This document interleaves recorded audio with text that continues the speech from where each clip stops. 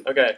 Hey guys, I'm David Waugh. Today we're going to be talking about how to maximize your vertical jump for a basketball tip-off. Basically what we're going to do, I'll take you through a warm-up, a cool-down, and how to actually do the vertical jump itself. We're going to discuss a little bit about plyometrics and the mechanics behind that. Okay, so here in this clip, I'm going to be taking you through the warm-up in preparation for the vertical jump test. So basically what we're starting off with is just running in place. You can choose to do a few laps around the yard if you insist. Here I'm just bringing my legs wide so that I can just get a little bit more hip mobility into the run. Just a little variety. Butt kicks. Works a little bit more in the hamstring region. This also helps elevate the heart rate, get the blood flowing. Going to be moving into some jumping jacks now. This gets the whole body going at once. Shoulders are a part of the movement as well. I'm going in all different planes, all different directions. And here now we're moving into some hip swings, lubricating the joints. This will help you with an optimal jump.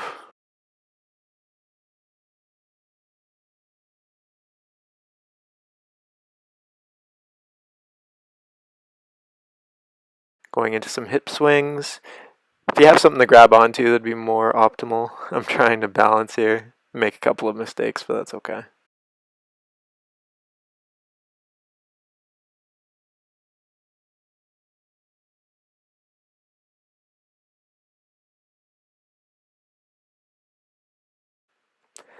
Now we're moving into another plane.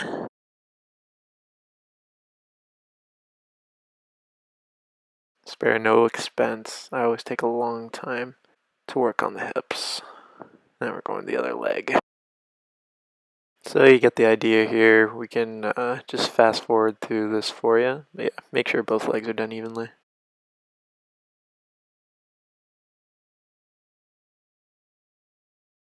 So now we're getting away from the dynamic stretching, going into a little bit of a squatting technique here. This is kind of like the preparation phase of the jump. So as you can see, when I'm squatting, I'm going all the way down and touching the ground. And on the top of the squat, I am actually flexing the calves just to get those activated as well. And finally, some arm circles, because we do tend to forget that even though we're focusing on the lower part of the body during the vertical jump, the shoulders and arms are still involved.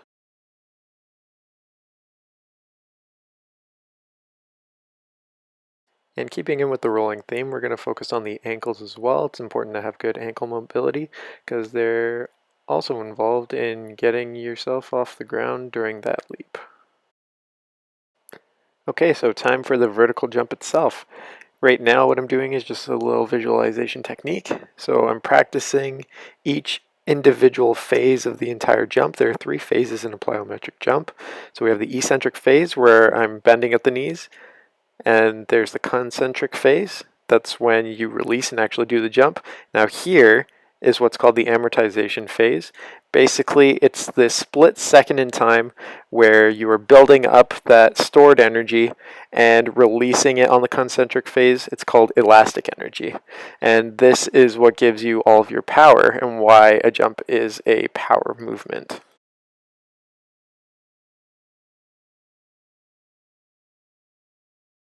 So here's an example of a vertical jump done poorly without any practice of the plyometric technique itself. Conversely, here's one done with proper training. So on to the cool down. As soon as you're finished with your workout, plyometrics is very strenuous, takes a lot of energy.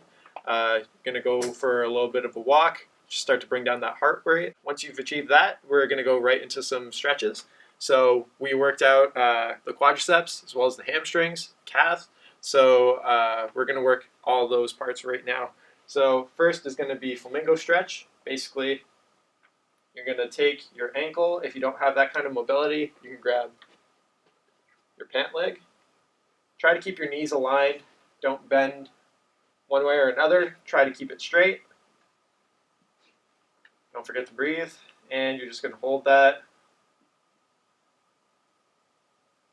You repeat on the other leg. We're also going to do a hamstring stretch. So I'm just going to keep it simple and just do a nice forward bend.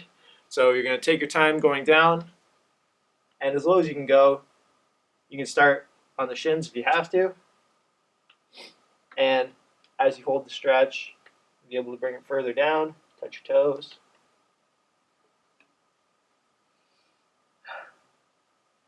And you're going to breathe. So you go through a few rounds of that. And then finally, just a simple calf stretch. We're just going to do a wall stretch. So if I'm against the wall here, I'm just going to bring one foot back. The foot that's back is going to be the calf that I'm stretching. I'm just going to lean into the wall. You're going to hold that, and you're going to breathe. And then you'd repeat the other side. All right, so you can see that the importance of plyometrics plays a huge factor in basketball, especially with the tip-off. As you saw, we demonstrated the importance of the eccentric phase, building up all that stored energy, and then just holding it for that split second. That hold, that's the amortization phase. That's where all the energy gets built up and stored. So yeah, you let all that go. It's the elastic energy. It's the momentum that brings you up before releasing on the concentric phase, and it'll win you that tip-off. So I hope that you've taken away the importance of plyometrics in conjunction with the tip-off in a basketball game, and I hope that I've helped you reach another level in your game.